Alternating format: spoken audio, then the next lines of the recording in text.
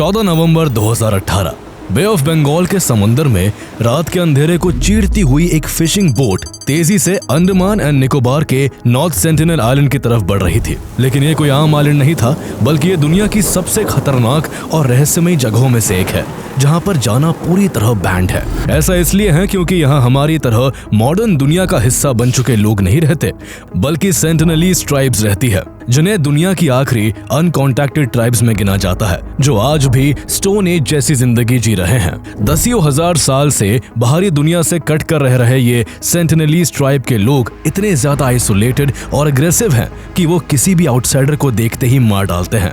यही वजह है कि इंडियन कोस्ट गार्ड्स की इस इलाके पर कड़ी निगरानी रहती है ताकि यहाँ कोई ना जाए। इसलिए वो बोट भी कानून की नजरों से बचने के लिए रात के अंधेरे में ट्रैवल कर रही थी। उस बोट में कुछ फिशरमैन और 26 साल का एक अमेरिकन सिटीजन जॉन एलन चाओ मौजूद था। लेकिन जॉन कोई आम टूरिस्ट नहीं था, बल्कि वो एक क्रिश्चियन मिशनरी था, जिस पर नॉर्थ सेंटिनल आइलैंड जाकर वहां के लोगों को जीसस क्राइस्ट और क्रिश्चियनिटी का पाठ पढ़ाने का एक खतरनाक जुनून सवार था। उसने फिशरमैन को थोड़े ज्यादा पैसे देकर वहां ले जाने का लालच दिया था। वो अपने साथ गोप्रो कैमरा, एक फुटबॉल, मछली पकड़ने की डोरी, कुछ सिजर्स, ड्राइड फिश और एक बाइबल लेकर आया था। 15 नवंबर की सुबह जैसे ही हल्की रोशनी फैलनी शुरू हुई, उन्हें दूर से नॉर्थ सेंटिनल आइलैंड का सफेद रेतीला किनारा और घने जंगल नजर आने लगते हैं। जॉन एलन फिशरमैन को बोट दूर रोकने को कहता है और खुद एक छोटी सी कायाक लेकर अकेले ही उस आइलैंड के किनारे की ओर बढ़ने लगता है। जैसे ही उसके कदम उस आइलैंड की रेत पर पड़ते हैं, उसे जंगलों के भीतर से महिलाओं और बच्चों की आवाजें सुनाई देने लगती है। उसे लग रहा था जैसे कि उसका सपना बस सच होने वाला है और वो उन लोगों को जीसस के बारे में बताएगा। लेकिन तभी अचानक घने जंगलों के सन्नाटे को चीरते हुए 2 ट्राइबल मैन बाहर निकल आते हैं। उनके शरीर पर कपड़े के नाम पर घास फूस लिपटी हुई थी, चेहरे पर अजीब से पीले निशान थे और हाथों में मौजूद लंबे धनुष थे, जिनके तीर सीधे जॉन की तरफ तने हुए थे। ये देखकर एक पल के लिए जॉन का दिल जोर जोर से धड़कने लगता है, लेकिन फिर भी इस खौफनाक मंजर में अपनी घबराहट छिपाते हुए वो एक्साइटेड होकर कहता है, my name is John, I love you and Jesus loves you. वो ट्राइबल्स का भरोसा जीतने के लिए कुछ ड्राइड फिश उनकी तरफ फेंकता है, लेकिन उन ट्राइबल्स के लिए जॉन कोई मसीहा नहीं, बल्कि उनकी जमीन पर कदम रखने वाला बाहरी दुनिया का एक दुश्मन था। इसके बाद जैसे ही उन आदिवासियों ने अपने तीर छोड़ने के लिए कमान खींची, मौत को इतना करीब देखकर जॉन की रूह कांप गई और वह अपनी जान बचाने के लिए तेजी से भागकर कायाक में बैठा और वापस उस फिशिंग बोट में लौट आया। उसकी जान बाल बाल बची थी, लेकिन इसके बावजूद उसका पागलपन कम नहीं हुआ।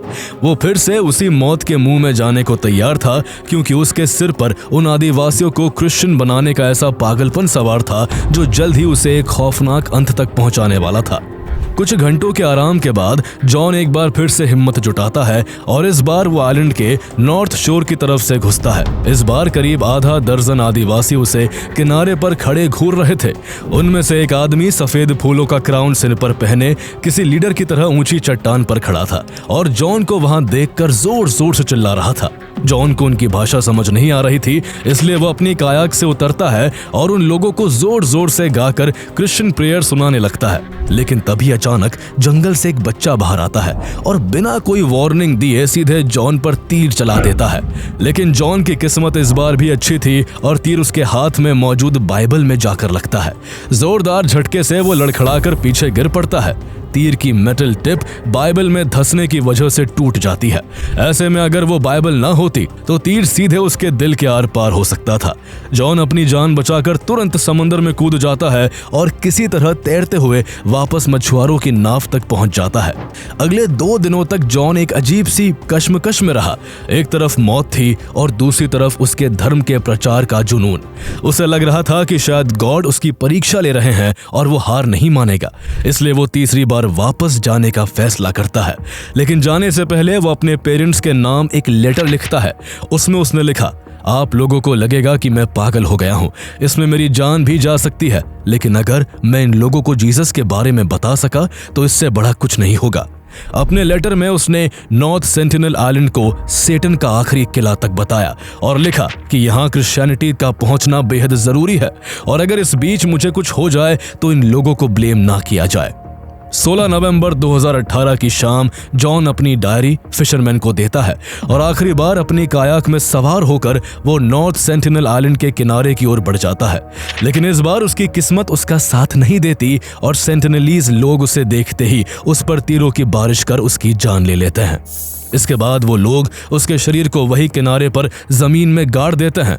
इस तरह जॉन की वो जिद, जिसे वो एक होली मिशन समझ रहा था, आखिरकार दुनिया के सबसे आइसोलेटेड आइलैंड पर उसकी दर्दनाक मौत का कारण बन गई। बाद में इंडियन अथॉरिटीज ने उसके शव को वहां से निकालने की कोशिश भी की, मगर सेंटिनलीज ट्राइब के खतरे की वजह से सारी कोशिशें नाकाम रही और आज भी जॉन का शरीर उसी आइलैंड की सफेद रेत में दफन है। इस घटना के सामने आने के बाद दुनिया भर में हड़कंप मच जाता है। हर कोई ये जानना चाहता था कि आखिर ये कैसा आइलैंड है जहां आज भी लोग मॉडर्न दुनिया से हजारों साल पीछे स्टोन एज के जमाने की जिंदगी जी रहे हैं, और आखिर यहाँ रहने वाले लोग इतने डेंजरस क्यों हैं कि किसी भी आउटसाइडर को देखते ही उसे मौत के घाट उतार देते हैं। इस मिस्ट्री को गहराई से समझने के लिए हमें हिस्ट्री में हजारों साल पीछे जाना पड़ेगा, जब ह्यूमंस ने पहली बार अफ्रीका की जमीन से बाहर कदम रखा था। माना जाता है कि आज से करीब 60,000 साल पहले प्रिमिटिव ह्यूमंस के कई ग्रुप्स अफ्रीका से निकलकर दुनिया के अलग अलग हिस्सों में फैलने लगे थे। कुछ लोग यूरोप की तरफ गए, कुछ एशिया की तरफ बढ़े और इन्हीं में से एक ग्रुप समुद्र के किनारे किनारे अरब, इंडिया और अंडमान आइलैंड्स तक पहुंचा। आगे चलकर इन्हीं शुरुआती इंसानी ग्रुप से ओंज, जरावा, ग्रेट एंडमनीज और सेंटिनलीज जैसी ट्राइब्स बनी। समय के साथ दुनिया बदलती चली गई। बाकी ट्राइब्स किसी न किसी तरह बाहरी दुनिया से कांटेक्ट में आई और धीरे धीरे मेन स्ट्रीम सोसाइटी में घुल मिल गई। लेकिन नॉर्थ सेंटिनल आइलैंड में रहने वाली सेंटिनलीज ट्राइब ने बाहरी दुनिया से कोई रिश्ता नहीं रखा। हजारों साल बीत गए, सिविलाइजेशंस बदल गई, इंसान चांद तक पहुंच गया, लेकिन सेंटिनलीज आज भी लगभग वैसे ही जी रहे हैं जैसे स्टोन एज में इंसान जिया करता था। उनका यह रहस्यमय संसार अंडमान एंड निकोबार आइलैंड्स के बीच मौजूद एक छोटे से आइलैंड पर बसा हुआ है। अंडमान एंड निकोबार आइलैंड्स में यूं तो कुल 572 आइलैंड्स मौजूद है, लेकिन इनमें से सिर्फ 38 आइलैंड्स पर ही लोग रहते हैं और कुछ चुनिंदा आइलैंड्स पर ही टूरिस्ट को जाने की परमिशन है। बाकी के आइलैंड्स आज भी घने जंगलों और खतरनाक समंदर से घिरे हुए हैं। इन्हीं में से एक नॉर्थ सेंटिनल आइलैंड है। हैरानी की बात यह है कि करीब 60 स्क्वायर किलोमीटर में फैला ये north sentinel island Andaman and Nicobar की कैपिटल पोर्ट ब्लेयर से महज 50 किलोमीटर की दूरी पर मौजूद है। एक तरफ जहां पोर्ट ब्लेयर में आलीशान होटल्स, इंटरनेट, गाड़ियां और मॉडर्न जिंदगी मौजूद है, वहीं महज 50 किलोमीटर दूर एक ऐसी ट्राइब रहती है जिसे आज भी खेती करना तक नहीं आता। सेंटिनलीज लोग आज भी शिकार, मछली पकड़ने और जंगलों से मिलने वाली चीजों के सहारे जिंदा है। वो लकड़ी के भाले, धनुष और तीर का इस्तेमाल करते हैं और बाहरी दुनिया की किसी भी टेक्नोलॉजी से पूरी तरह कटे हुए हैं। माना जाता है कि इस आइलैंड पर करीब 50 से 150 के बीच लोग रहते हैं, लेकिन उनकी एग्जैक्ट संख्या आज तक कोई नहीं जान पाया, क्योंकि सेंटिनलीज ट्राइब किसी भी आउटसाइडर को अपने करीब आने ही नहीं देती। 2018 में जॉन एलन शाओ की मौत के बाद भले ही नॉर्थ सेंटिनल आइलैंड अचानक दुनिया भर की नजरों में आ गया हो, लेकिन यह पहली बार नहीं था जब बाहरी दुनिया ने इस रहस्यमयी जगह के करीब जाने की कोशिश की थी। असल में नॉर्थ सेंटिनल आइलैंड का जिक्र इतिहास में सदियों पुराना है। 2nd सेंचुरी में मशहूर Roman astronomer and geographer Claudius Ptolemy ने बे ऑफ बंगाल के एक इलाके के बारे में लिखा था, जिसे उन्होंने आइलैंड्स ऑफ कैनिबल्स के रूप में मार्क किया था। हालांकि उन्होंने सीधे तौर पर नॉर्थ सेंटिनल का नाम इस्तेमाल नहीं किया, लेकिन काफी लोगों के मुताबिक उनकी ज्योग्राफिकल एक्सप्लेनेशन और वहां रहने वाले लोगों के वायलेंट नेचर का डिस्क्रिप्शन काफी हद तक इसी आइलैंड की ओर इशारा करता है। उनके अनुसार यह एक ऐसी जगह थी जहां किसी बाहरी इंसान का पहुंचना लगभग मौत को दावत देने जैसा था।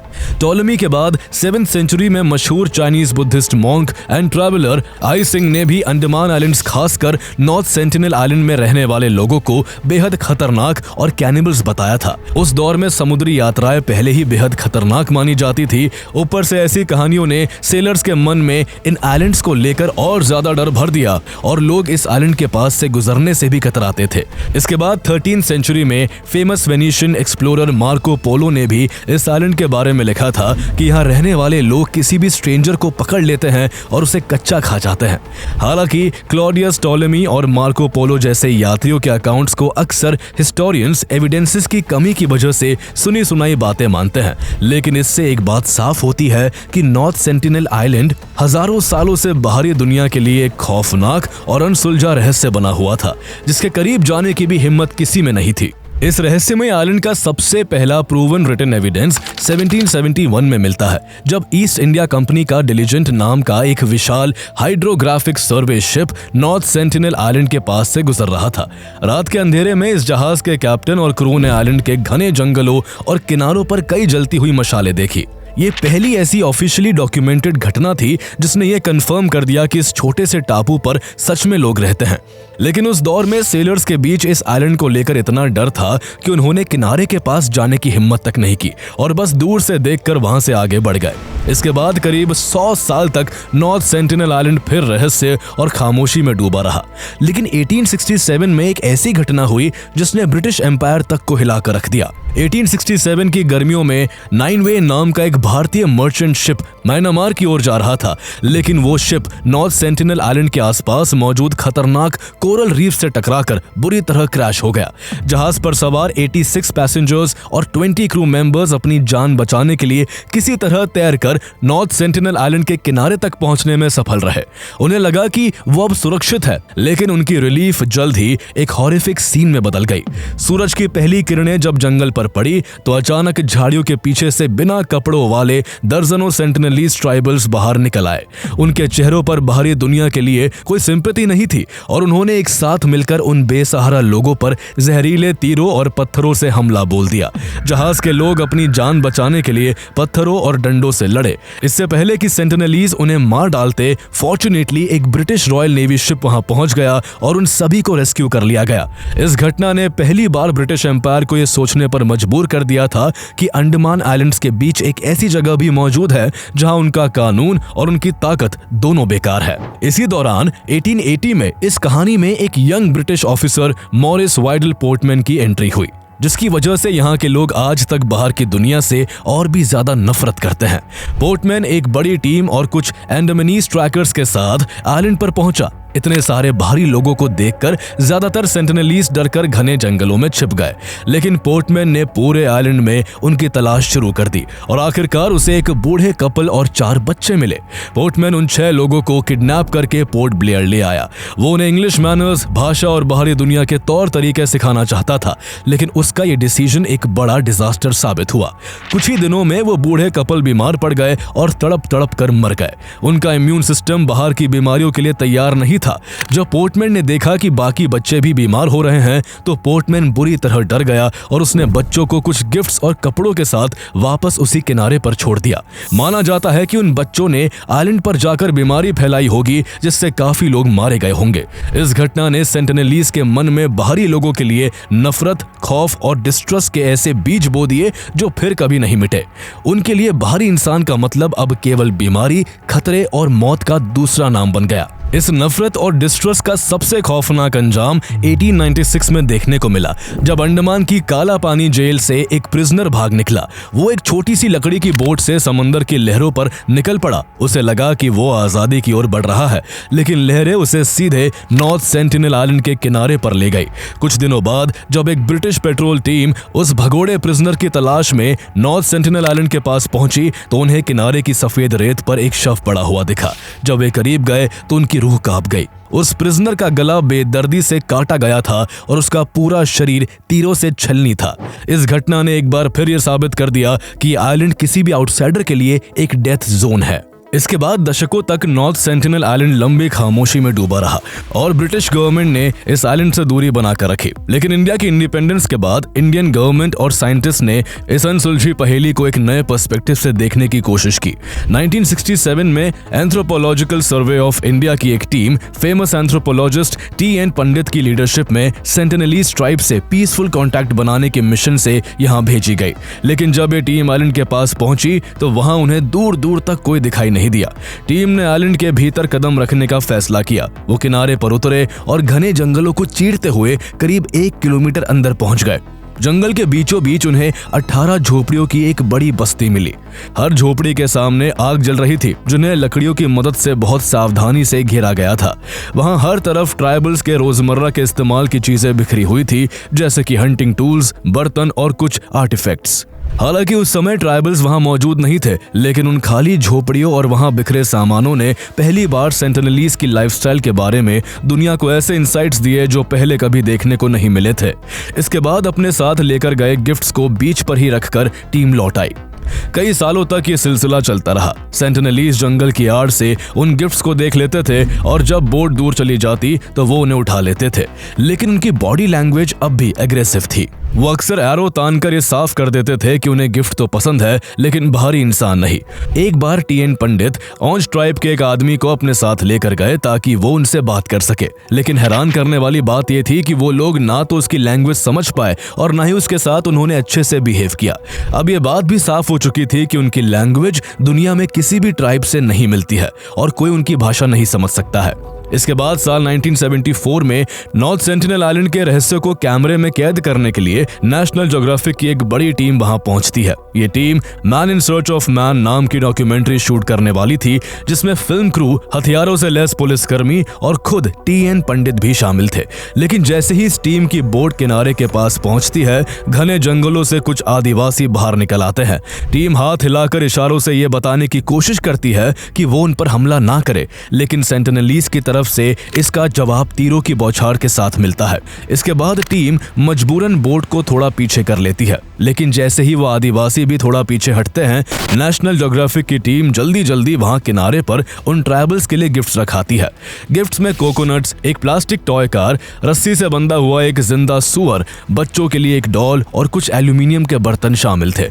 ये देख आदिवासी वापस लौट आते हैं, लेकिन इस बार वो तोहफों को एक्सेप्ट करने के बजाय उन लोगों पर फिर से तीर बरसाने शुरू कर देते हैं। इसी बीच एक तीर सीधे डॉक्यूमेंट्री के डायरेक्टर प्रेम वैद्य की लेफ्ट थाई में जा धंसता है। जिस आदिवासी ने डायरेक्टर को निशाना बनाया था, वो किनारे पर आराम से एक पेड़ की छांव में बैठकर हंस रहा था, जैसे उसने किसी दुश्मन को धूल चटा दी हो। बाकी आदिवासियों का बिहेवियर और भी अजीब था। उन्होंने उस जिंदा सुअर को अपने हथियारों से मार डाला, डॉल की नाक और कान काट दिए और उन्हें वही रेत में दफन कर दिया। ऐसा लग रहा था जैसे वो मॉडर्न वर्ल्ड की इन चीजों को अपने आइलैंड के लिए एक अपशगुन या खतरा मान रहे हो। हालांकि उन्होंने बर्तन और कोकोनट्स को बड़े चाव के साथ अपने पास रख लिया। इस घटना ने एक बात साफ कर दी कि सेंटिनलीज अपनी मर्जी से ही दोस्ती का हाथ बढ़ाएंगे और किसी भी तरह का बाहरी प्रेशर या लालच उन्हें स्वीकार नहीं है। लेकिन यह पहली बार था जब नॉर्थ सेंटिनलीज का कोई वीडियो फुटेज सामने आया और दुनिया ने पहली बार देखा कि ये लोग कैसे दिखते हैं। इसके बाद अगस्त 1981 में एक और बड़ी घटना होती है, जिसे द प्रिमरोज शिपरेक के नाम से जाना जाता है। बांग्लादेश से ऑस्ट्रेलिया जा रहा एक विशाल कार्गो शिप एमवी प्रिमरोज भारी तूफान और ऊंची लहरों के कारण नॉर्थ सेंटिनल आइलैंड से कुछ 100 मीटर की दूरी पर नुकीली रॉक्स के बीच फंस जाता है। शिप पर सवार सभी 31 लोग वही शिप पर इंतजार करने का फैसला करते हैं, लेकिन तभी अचानक किनारे पर दर्जनों आदिवासी भाले और धनुष बाण लेकर आ जाते हैं और उन पर दूर से ही हमला करने लगते हैं। शिप के कैप्टन फौरन रेडियो के जरिए अपने हाई कमान से मदद की गुहार लगाते हैं, लेकिन खराब मौसम की वजह से कोई भी बोट वहां नहीं पहुंच पा रही थी। ऐसे में उन लोगों ने 24 घंटे गार्ड्स को तैनात करके फ्लेयर गन्स का डर दिखाकर उन आदिवासियों से अपनी जान बचाई। आखिरकार एक हफ्ते बाद 2 अगस्त 1981 को Indian oil and natural gas commission के हेलीकॉप्टर्स की मदद से पूरे क्रू को एयरलिफ्ट किया गया। उनकी वो कार्गो शिप वही पत्थरों में फंसी रह गई और बाद में इसी शिप के आयरन का इस्तेमाल उन आदिवासियों ने अपने एरोज और दूसरे हथियार बनाने में किया। इस तरह पहली बार उन्हें आयरन के बारे में पता चला। आज भी गूगल मैप्स पर उस विशाल शिप का ढांचा एक स्केलेटन की तरह वहां खड़ा नजर आता है, जो किसी भी सेलर के लिए एक खौफनाक चेतावनी है। लेकिन एक तरफ जहां नेशनल ज्योग्राफिक और प्रिमरोज की टीम के साथ नॉर्थ सेंटिनल आइलैंड के लोगों ने ऐसा खौफनाक सलूक किया था, तो वही 1990s की घटनाएं हिस्ट्री के पन्नों में किसी और खास वजह से दर्ज होने वाली थी। 4 जनवरी 1991 की सुबह करीब 8 बजे अंडमान एडमिनिस्ट्रेशन का शिप एमवी तरमुगली 13 लोगों के साथ नॉर्थ सेंटिनल आइलैंड के पास पहुंचता है। इस टीम को director of tribal welfare S अवरदी लीड कर रहे थे और इस मिशन की खास बात यह थी कि पहली बार एक फीमेल एंथ्रोपोलॉजिस्ट मधुमाला चट्टोपाध्याय भी इसमें शामिल थी। शुरुआत में आइलैंड पूरी तरह शांत दिखाई दे रहा था, लेकिन थोड़ी देर बाद जंगलों के पीछे से कुछ सेंटिनलीज ट्राइबल्स बाहर निकल आते हैं। उनके हाथों में बोज एंड एरोज थे और वो किसी भी वक्त हमला करने के लिए तैयार दिखाई दे रहे थे। टीम जानती थी कि जरा सी गलती मौत में बदल सकती है, इसलिए उन्होंने दूरी बनाए रखते हुए पानी में कोकोनट्स फेंकने शुरू कर दिए। कुछ पल तक सेंटिनलीज सिर्फ दूर खड़े देखते रहे, लेकिन फिर अचानक कुछ ट्राइबल मैन पानी में उतरकर कोकोनट्स इकट्ठा करने लगते हैं। देखते ही देखते वो लोग सारे कोकोनट्स कलेक्ट कर लेते हैं। ऐसे में मधुमाला चट्टोपाध्याय की टीम दूसरी बार और कोकोनट्स लेने जाती है। दूसरी बार जब टीम लौटी तो एक बेहद हैरान कर देने वाला दृश्य सामने आया। इस बार सेंटिनलीज पहले से ही किनारे पर खड़े उनका इंतजार कर रहे थे। वो जोर जोर से नारियाली जबा जबा जैसी आवाजें निकाल रहे थे, मानो वो और नारियल मांग रहे हो। टीम इस बार और करीब जाकर उन्हें कोकोनट देने लगती है, लेकिन खतरा अभी भी खत्म नहीं हुआ था। अचानक एक युवा सेंटिनलीज मधुमाला की तरफ एरो तान देता है। एक पल के लिए माहौल खौफनाक हो जाता है, लेकिन फिर भी मधुमाला बिना डरे उसकी आंखों में आंखें डालकर उसे कोकोनट लेने का इशारा करती है, लेकिन इसके बावजूद उसका रुख नरम नहीं पड़ता। जैसे ही उसने तीर चलाया, पास खड़ी एक सेंटिनलीज महिला ने उसे जोर से धक्का दिया और वो एरो टारगेट से चूक कर पानी में जा गिरा। उस महिला ने जानबूझकर मधुमाला की जान बचाई थी, क्योंकि शायद वो ये समझती थी कि ये हमें नुकसान पहुंचाने नहीं आए हैं। इसके बाद मधुमाला और उनकी टीम ने एक बड़ा फैसला लिया। वो बोट से उतरकर पानी में खड़े हो गए और हाथों से सेंटिनलीज को कोकोनट्स देने लगे। ये ह्यूमन सिविलाइजेशन का एक अद्भुत पल था। एक तरफ मून पर कदम रख चुके स्पेस एज के इंसान थे और दूसरी तरफ स्टोन एज में जी रहे आदिवासी। करीब 1.5 महीने बाद जब मधुमाला दोबारा इस आइलैंड पर पहुंची तो इस बार ट्राइबल्स खुद बोट के पास आकर उनके हाथों से कोकोनट्स लेने लगे। इस शानदार मोमेंट का एक फोटो आज भी इंटरनेट पर काफी सुर्खियां बटोरता है। मधुमाला चट्टोपाध्याय का यह मिशन एंथ्रोपोलॉजी की हिस्ट्री में एक रेयर मोमेंट माना जाता है, क्योंकि उन्होंने साबित किया कि कई बार जहां वेपन्स, फोर्स और टेक्नोलॉजी फेल हो जाते हैं, वहां पेशेंस, रिस्पेक्ट और ट्रस्ट रास्ता बना लेते हैं। लेकिन सेंटिनलीज लोगों के साथ ये फ्रेंडशिप ज्यादा दिनों तक नहीं टिक सकी। जल्द ही इंडियन गवर्नमेंट और साइंटिस्ट ने महसूस किया कि ये कॉन्टैक्ट इन आदिवासियों के लिए डेडली साबित हो सकता है। बाहरी दुनिया के मामूली वायरस या बैक्टीरिया जिनके खिलाफ हमारी बॉडी इम्यून है, उन आदिवासियों की पूरी रेस को चंद दिनों में खत्म कर सकते हैं। इसी खतरे को देखते हुए 1990s के अंत में इंडियन गवर्नमेंट ने यहाँ के लिए सभी ऑफिशियल मिशंस को रोक दिया और आइज ऑन हैंड्स ऑफ की पॉलिसी अपनाई। यानी सेंटिनलीज ट्राइब पर सिर्फ दूर से नजर रखी जाएगी, लेकिन उनकी जिंदगी में दखल देने या उनसे कांटेक्ट बनाने की कोशिश नहीं की जाएगी। लेकिन साल 2004 में इंडियन ओशन में एक ऐसी डेवास्टेटिंग सुनामी आई जिसने जमकर तबाही मचाई। चूंकि ये आइलैंड सुनामी के सेंटर के काफी करीब था, इसलिए भारी डैमेज की आशंका थी और पूरी दुनिया को लगा कि शायद ये छोटी सी ट्राइब समुद्र की लहरों में समा गई होगी। इंडियन कोस्ट गार्ड ने सिचुएशन का जायजा लेने के लिए एक हेलीकॉप्टर भेजा। जैसे ही हेलीकॉप्टर आइलैंड के ऊपर मंडराना शुरू हुआ, जंगल के अंदर से उस हेलीकॉप्टर पर तीरों की बौछार शुरू हो गई। इससे टीम को कंफर्म हो गया कि सेंटिनलीज सही सलामत है। इसके बाद जनवरी 2006 में यहाँ एक और बड़ी घटना घटी, जब 2 भारतीय फिशरमैन सुंदर राज और पंडित तिवारी समुद्र में केकड़े पकड़ने के लिए इल्लीगली अपनी बोट से इस आइलैंड के करीब पहुंच गए। 26 जनवरी की रात को वो लोग अपनी बोट में सो रहे थे। सोते समय उनकी बोट का एंकर टूट गया और लहरें उन्हें सीधे नॉर्थ सेंटिनल आइलैंड के किनारे पर ले गई। इसके बाद सेंटिनलीज ने उन दोनों फिशरमैन को बेरहमी से मार डाला। जब इंडियन कोस्ट गार्ड ने उनके शवों को निकालने के लिए हेलीकॉप्टर भेजा तो उन पर पत्थरों और एरोज से इतना भारी हमला हुआ कि हेलीकॉप्टर को पीछे हटना पड़ा। आदिवासियों ने उन बॉडीज को रेत में दफन कर दिया और उन्हें कभी वापस नहीं लाया जा सका। इस खौफनाक घटना के बाद इंडियन गवर्नमेंट ने आइलैंड के चारों ओर 5 किलोमीटर के रेडियस को एक स्ट्रिक्टली नो गो जोन डिक्लेयर कर दिया और वहां किसी भी इंसान का जाना एक गंभीर पनिशेबल ऑफेंस बना दिया।